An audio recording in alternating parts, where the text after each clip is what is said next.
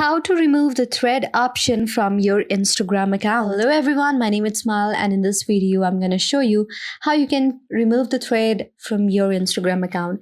So very first step is to launch your Instagram account, and whenever you open your profile, if you see the option of thread like this, I can also get my own thread if I want to, but I don't want to get it. I will explain you how you can remove it from your Instagram profile. So if your thread option is also being showing in your Instagram like this, then you can simply remove it by going on your profile, tap on edit profile, and after that, you will see this option right here, show threads badge. Since I have disabled it, that's why my thread badge will not be shown on my Instagram account. But if I enable it, then you can see right here, this is my thread badge on Instagram. So you can simply disable and not show it on your profile by disabling this option right here, and go back, and just like that, the option will not be shown on your screen.